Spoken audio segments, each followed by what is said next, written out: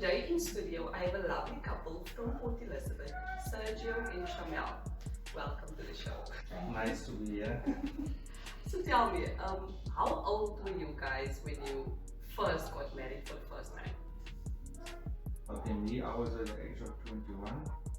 That was my first marriage, which lasted about 9 years. And then I got divorced, and I was single ever since 3 years ago. 4 years.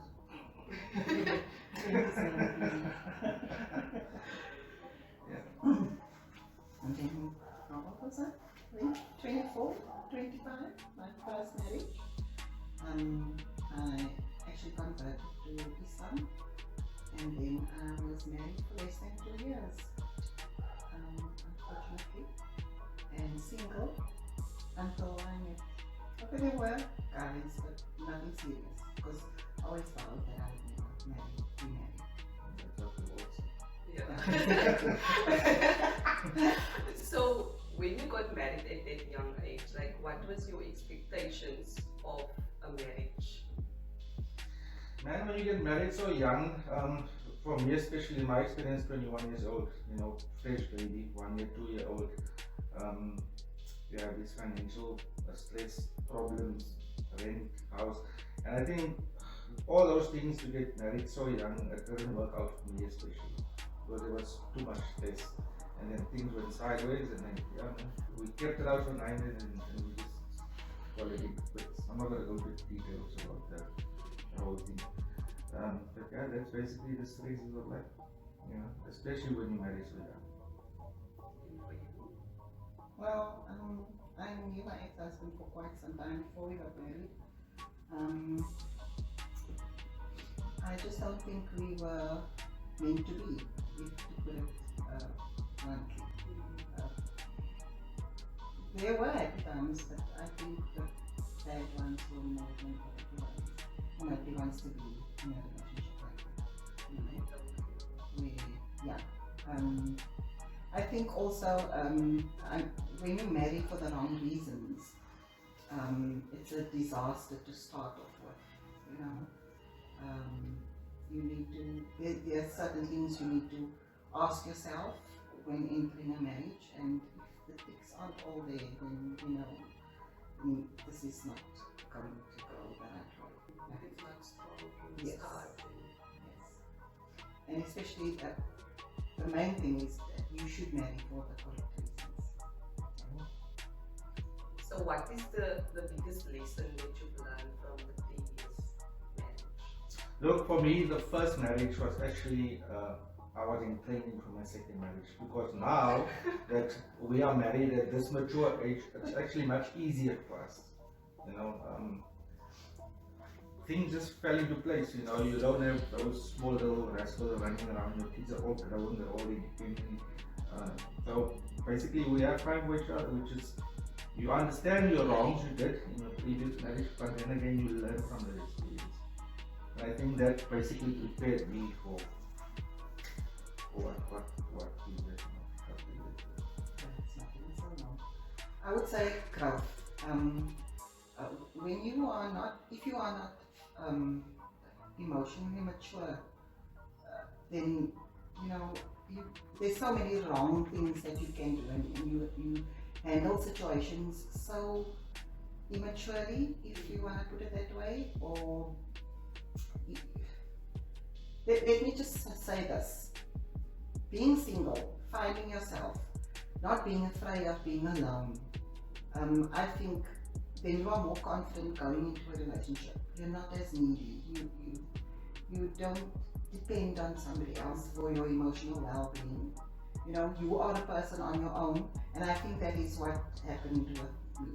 I grew into a emotionally mature person, and now I can handle whatever immaturity Whatever curveball comes along. Yeah. Okay, we're going to go for a short break, and when we come back, we're going to hear how this couple's love story started.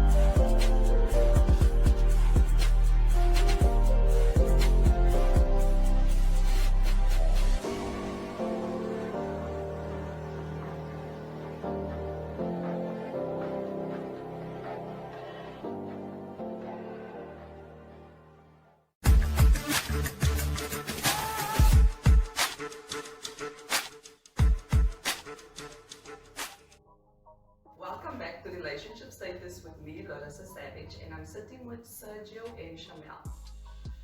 How did your love story start? Okay. Our love story actually started with a broken BlackBerry. You know, those years when BlackBerry used to use the bus, the 60 rand for the whole month of you have internet, you can go into whatever, internet sites, blah blah blah. And then the bus somehow just went out of my BlackBerry, and then I had a problem with my phone.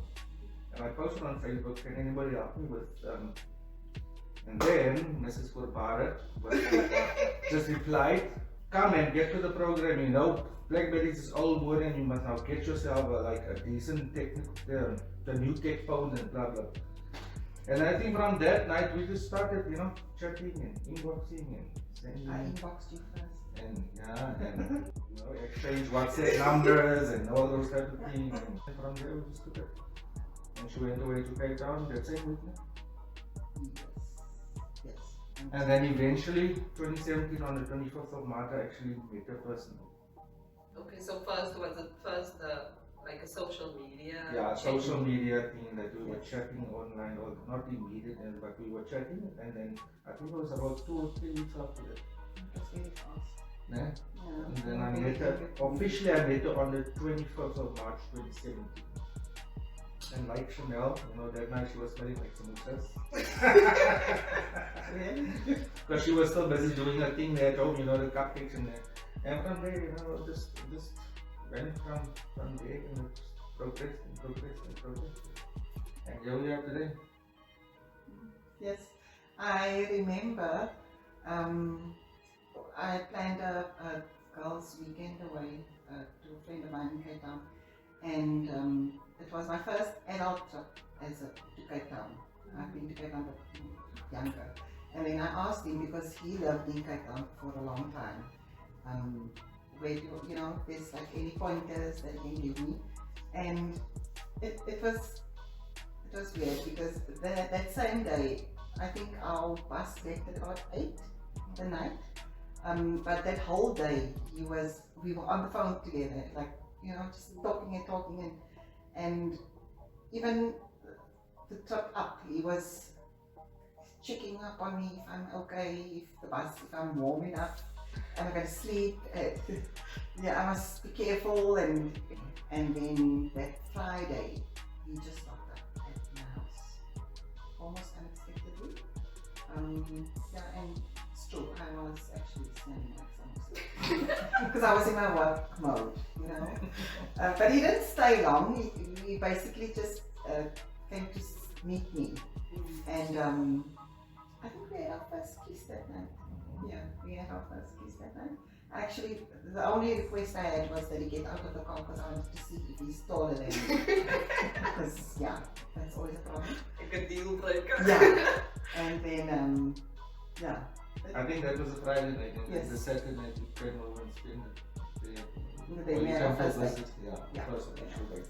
So how was the first official date? So, we have time. The shortened version.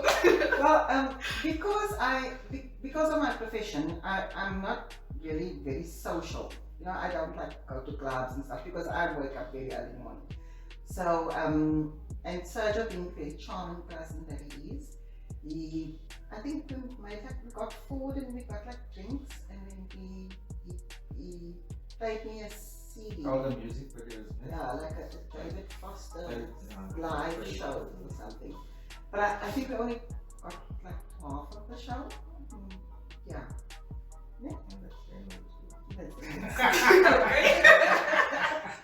Cut. Yeah. So how would you guys describe the type of relationship that you have? You know what they say, opposites attract? That is us. Totally opposite. In You my like life, soft, I like soft. Movies, totally opposite. I like blood, she likes to cry. Weekends, I will be out making a fire. I will be at the bride, she will be lying in bed, reading something on the phone or reading a book. But we are totally opposite. Yeah, that's true. And the wonderful thing about that is we can pick each other up. Yeah. You know, we can put each other in line if something is good. It's like a balance. Exactly. I like people say marriage is 50-50. I don't agree because sometimes you have to give 80% because your partner is only 20% present. You know, so yeah, I think that balances out the fact that we are completely opposite. Our personalities are there. But one thing that we do have in common, we like a good laugh. We like to make fun of each other. We like to make fun of just about everything. And I think that's what keeps us sane. Yeah, because there have been arguments, but because of the type of people that we are, we can't stay across each other for long. You know? We made a vow when we got married. We said, you know, the only way we're going to get through this, if we can solve a problem one day, then we're going to get through it. Because there's no use, you're going to argue the whole day and still go to bed with that same feeling. But we solve, we are very good at solving problems. You know, just sit, 5 minutes, walk out the door, and then you come back and then you're right again, you're fine. And I think that is what most couples, or I will say a lot of couples, they experience that they cannot go past that problem solving thing, you know. And our problem, we don't discuss with anybody. It's just us. No families, no sisters, no brothers, no nothing. I had 2 dogs, 2 pit bulls, I had 1, so I speak to Lolly. So Lolly knows everything. Everything. So when did you come to realize that you want to get married again now, like the two of you want to enter into marriage? Look, at our age, we're both the same age, we're 46. He's like 2 months older than I am, or 6 months or something. But when you start getting to this age and you meet that special person, even though you promised yourself, look, I will never do this, I will never go that route again, I will never get married again. You're lying to yourself because there will be that one person that will come and then just change everything, just make the whole mindset confused. And then yeah, we spoke about it. We were together for 2 years. And then we proposed. We just like decided, okay, we need to get married now. You know, because even if we like very hip and stuff, we are both very spiritual.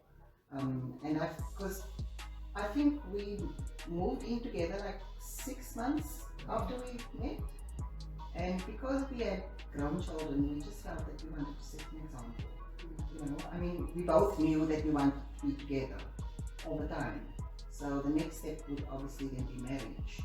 And as I said, there was no proposal. I'm still waiting, but okay, fine. It was just decided that, I mean, we progressed to the next level. Obviously, because we got on so well living together, you know. So it was like the practical next step to take. Yes. And I mean, as a human being, as a person, you can feel if that person is there with you. You know, wasting a lot of time, 5 years, and you can't make up your mind. Then you should move on. Then you should leave whatever partner you have for there. I would say from 3 years on. If you don't have any idea what you want to do here, then I think you might just drop that partner and maybe move on, because I mean 3 years is a long time to test, right? What is one of the most challenging things that you faced in the marriage so far, and how did you overcome it? Was me losing my job at that company, and I mean, but somehow in a way it works out for us, because now that I'm there at home, I help a lot. Because baking is a lot of writing, baking is a lot of stuff. So I am doing the thing that she used to pay so much money for Ubers and stuff like that. I'm helping them, and I'm a qualified dishwasher. So Dishwasher. so whoever wants to enter to wash dishes, I'm here. I'm the guy. I might just think you're that. I think for me was the fact that I've always worked alone. And with Sergio being at home now after, you know, when lockdown started, it became claustrophobic almost for me. But on the flip side also, when I do need help, because I work alone, he's there, you know, or if I'm having a rough day or I'm uncertain about something, he's there to give his input, and that I appreciate. So, downside, that is always there now. Upside is there when I need him. You know, like in the past he was at work and they used to work strange hours. Then I would sometimes need him maybe, you know. Working with people is not always easy and sometimes it gets to you. But as I said, he's there now, so it helps a lot knowing that there's something constant there to support. Yes. We're going to go for a short break, and when we come back, we're going to continue the conversation.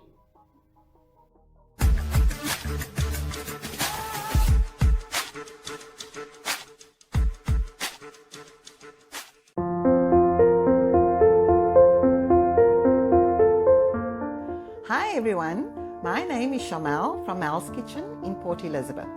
Some of you guys might remember me from our perfect wedding where I baked and designed a cake. So, for all your catering needs, whether it big or small, contact me. I'm waiting for your orders.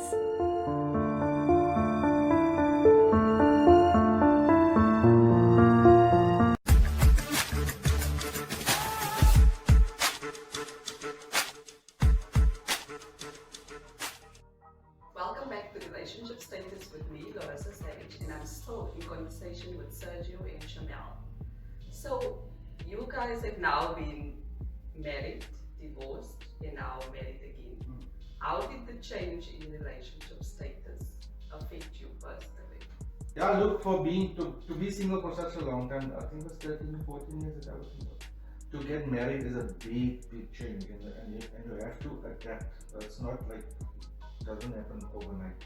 There is things. Look, when you're girlfriend and boyfriend, you can still get away with it, but once you have said I do, that's a different story. And you are responsible for that part, and that part is responsible for you. So it's new adaptations that you must really take on. You know, like the past, like the single stuff. You know, okay, even though I still go out now and then, but not as much as I used to. So yeah, it's a bit of an adaptation. It's like there's a compromise now. Absolutely, yeah. And I would also say that you become so set in your ways when you live alone. That it's such a big adaptation when you have to live with somebody, you know, like the bathroom, who uses the bathroom first? It's little things. And then it can become an irritation because you used to having your own space all the time and now you have to share your space with somebody. So for me, that was the biggest adaptation. Yeah, and I think for me the biggest adaptation is because I suffer from OCD.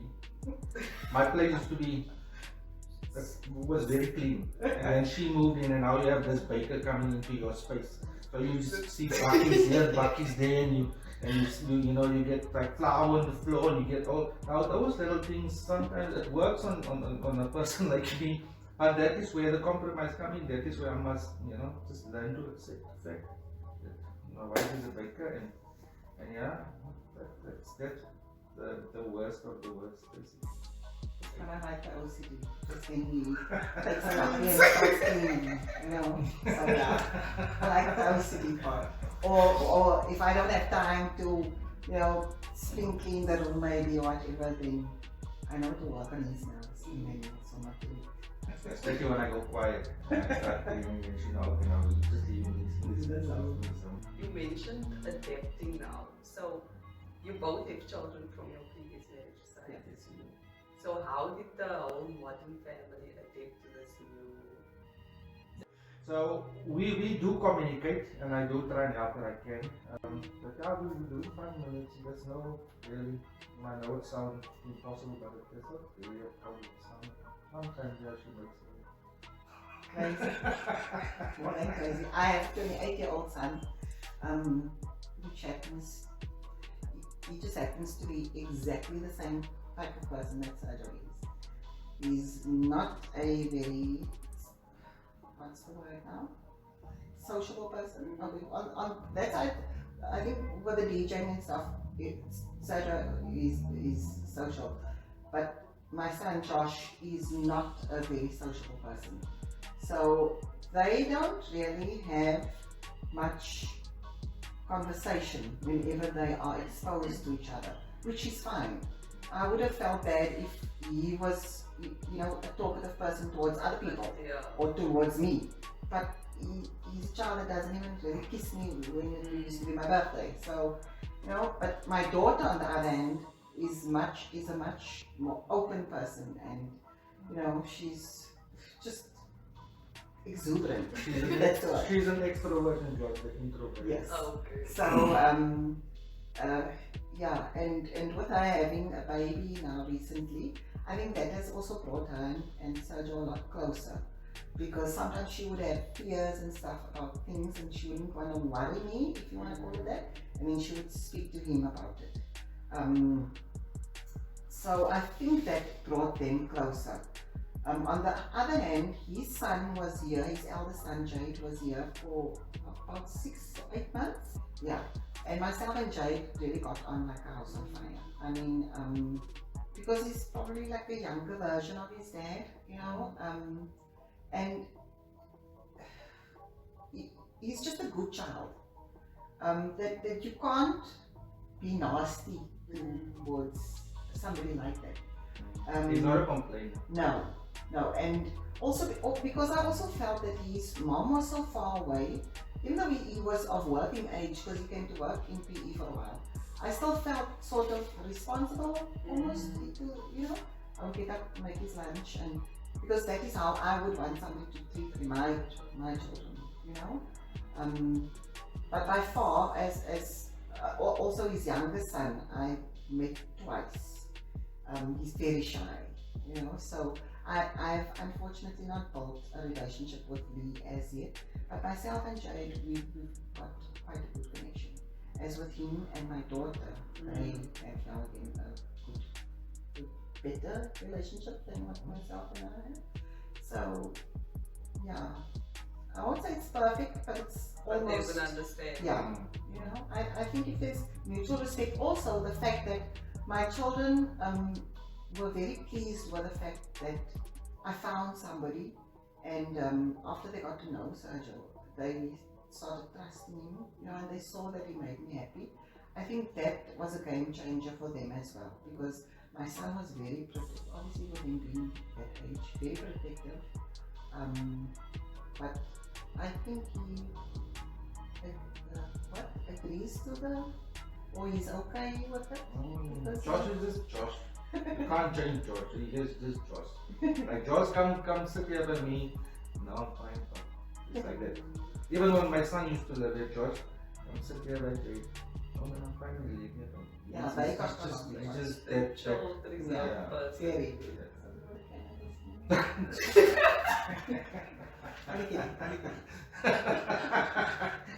very child.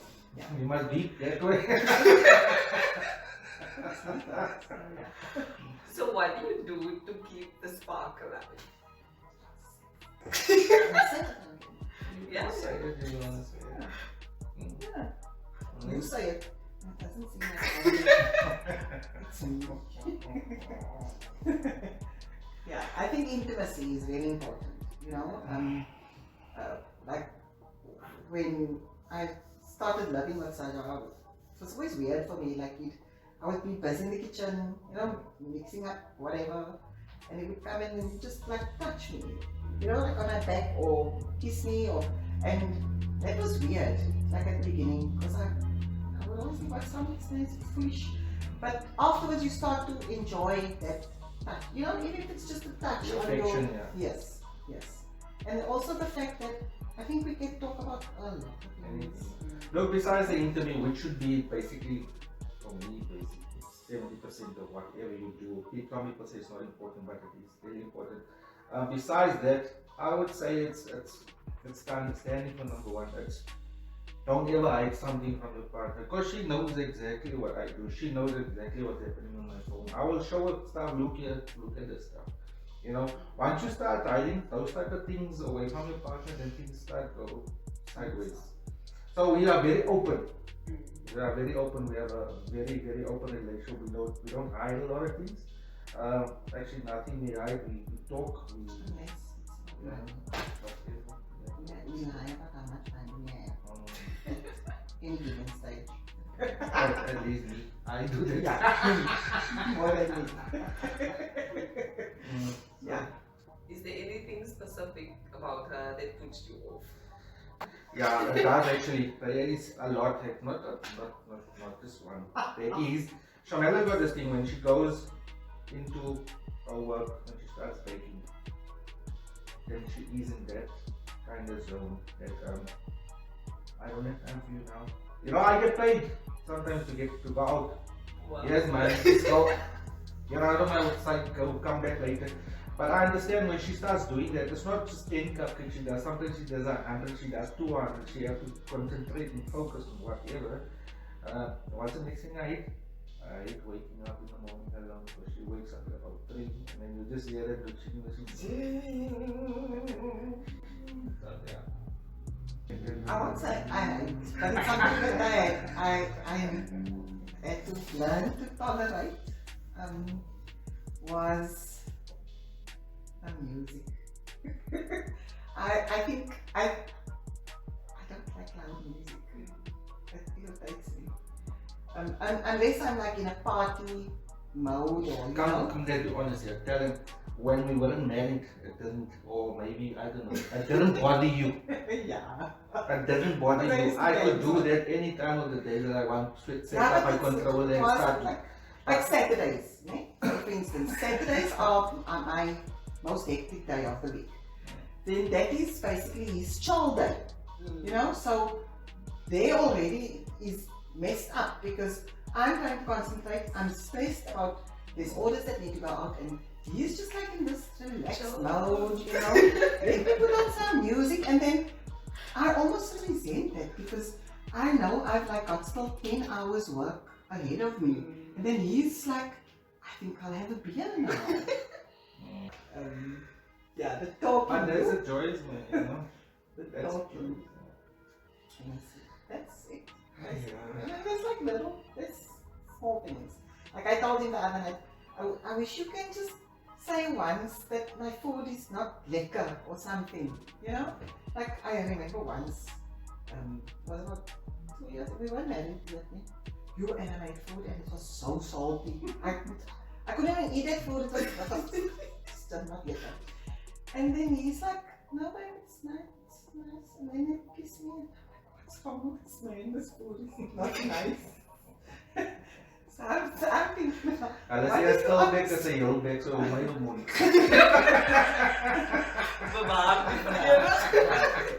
Yeah, but when it comes to that, he's more than me. You know, I'm like, that is my personality, but he's calmer. I think that is where we complement each other. It's like I will become all worked up and then he will come and he'll just... It's not the perfect marriage, it's just something to work on that's going to make it perfect. Nobody, not one soul that you interview here is going to come sit here and say we have a perfect marriage. But that thing does not exist. Oh, there are days. We are going to try to work to perfection. There's going to be that snow days and it's going to be the hail and the rain and we don't even actually like each other. And it'll be that roses and sunshine and those type of days. So, yeah. But like I said earlier, yeah, as long as we can find a solution to the problem on a specific day, don't leave it for tomorrow. That specific day, you see how people are falling nowadays of COVID. Everybody just died all around you. And I'm a firm believer that I would rather put my head between my legs, walk out the door, come back and say, look, babes, I'm sorry. And then she will also just Yeah, I think that is what also attracted me to Sergio from the beginning. Is when I get mad at somebody, I normally go quiet or I'll ignore, you know, and he's the complete opposite. He will be in your face and address the issue. Yeah, I need to speak about this. And that is something that I've actually learned to enjoy. I think at the beginning it was like, just get away from me, you know, I don't want to see your face right now. That is how angry I am. But because of the calmness that he brings into the relationship, you know, and the fact that he proves to me that he wants, to solve this issue, has made me also, whereby I will now, and I've never ever been the first apologizer, where he's made me into that person also, where if things are not like you feel it in the house because it's just the two of us, like maybe 1 hour, 2 hours, I can think of it, and then I'll go and even if I wasn't wrong, just also to get the peace back. Once you become not all the time apologetic, once you just fall in your fault and you apologize, but you actually become a very fair person. You don't keep that grudges like took 3 hours later than I looked Yeah. Rather just go to the problem and say, look, yeah, this is what happened, I'm sorry, I was probably a little bit harsh to you, and blah blah blah, and blah blah blah, everything is over. I know I've done my part, so whatever happens after that, the wind must not blow right if she doesn't know that, so. I can see outside with the dogs. Exactly. Yeah. If you guys have to look back at the past now and reflect on everything that you've been through and where you are today, is there anything you would have done differently? Not. I wouldn't do anything differently. My past was there, my part, like I said, my first marriage prepared me for this one, so I can't really blame that.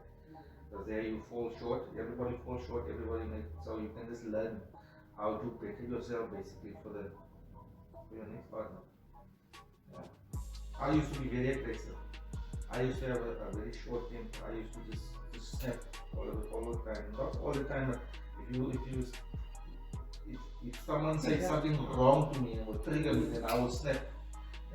And then I snapped a couple of times, but it's not so. Thrice.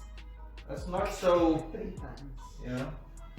I learned to calm myself and to control it, and like I said, just walk away, go out there and come back.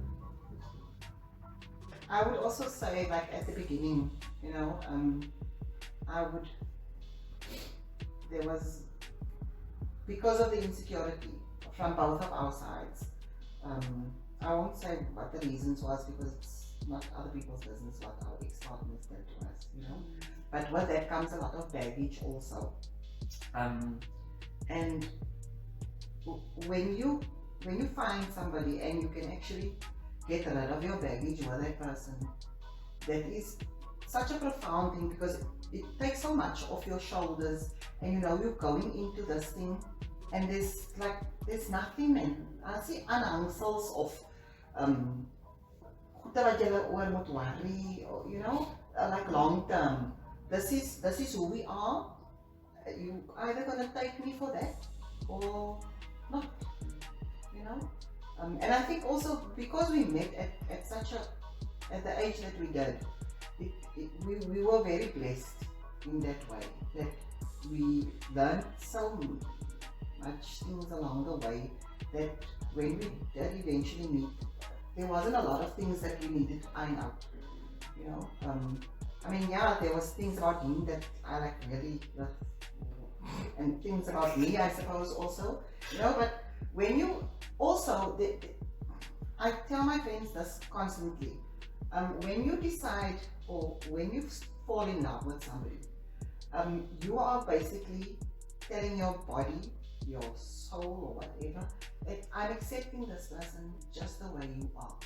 And like 2-3 years down the line now, I don't like that about you anymore. I really cannot expect you to change because that is how I fell in love with you. That person with all of that flaws and deelmekaarigheid or whatever the case may be. So you knew then already that this is me, and you fell in love with that. So you cannot 2-3 years down the line change your mind. It doesn't work like that. You have to then learn to accept flaws because you are not without flaws either. And if your partner can accept your flaws, then who am I not to accept your flaws? Is there any words of encouragement that you can give to other couples out there who might feel like they can't go on anymore, or they're just in a dark place. Just any word of motivation. I would say, all of us have our own demons. So, and like I said, there's always conflict. I'm not going to say a lot, but like I said, my personal slogan is, if you can work through this problem today, then you can work through everything tomorrow and the day after and the day after. And once you work through this problem today, you leave the problem again in the back. Tomorrow you're not going to mention that again that you did or not. And that is basically how we live our life. Doesn't matter, what it is, we will always be, apologize. Especially for the men out there, and I don't know, you get 50-year-old guys that I know that's still acting like 26-year-olds, Yeah, I would say, yeah. Because we're not boring like that. No. Make us sound so cool people. We're kind of fun. We're fun, man. Yeah, communication is key, understanding is key, and I would say, just try and work with stuff. Everyone is going to have an experience, so if you can find yourself and look at that woman, that you married, and look at that husband that you married, because people can change. Something bad it can become good, and unfortunately, it's vice versa. It looks like that. That is true. Don't stay in a marriage if you are unhappy. You're not supposed to be unhappy all the time. When you have your all down days, like Sergio says, we all have our demons. And I think both of us had our fair share in the past, And unfortunately, we have to love with those type of stuff. But if it doesn't trickle off into your relationship and causes a problem, then I think you'll be fine. Otherwise, don't try to change your partner. And then I just want to say something for the people that really want to get divorced. Divorce is not easy. Divorce is really not easy. We go through that experience. It takes you years and years to heal and to get over it, because you must know there's kids involved, there's this involved, there's a house involved. That's not about you want to divorce now, I want to divorce her now to get to you. But I think it's going to be much worse. It's not what it seems like out there. It's not bad. easy. It's not easy. So I would say, if you want to do that thing, try go for counseling. Go for counseling, get professionals in, put all your problems on the table so the counselors can work out what it is, because normally with those people it's confidential. Think before you do it, because it's not easy. It's not going to get big. Feels like you're grieving something that you lost. I know. Even though it was the right thing for me to do at the time, I don't know about Sergio how he feels, but it was very But for me, sad. For me, it doesn't matter who was wrong, who was right, what you went through. It's still an emotional roller coaster that you have to deal with. Whether who was right, who was wrong, who want to be blamed, who you want to blame. It's still a whole emotional. It's just the past. Some people do recover, like myself. Some people don't. Some people go really down the drain once they hit that rock bottom story. So, think 10 times and think again.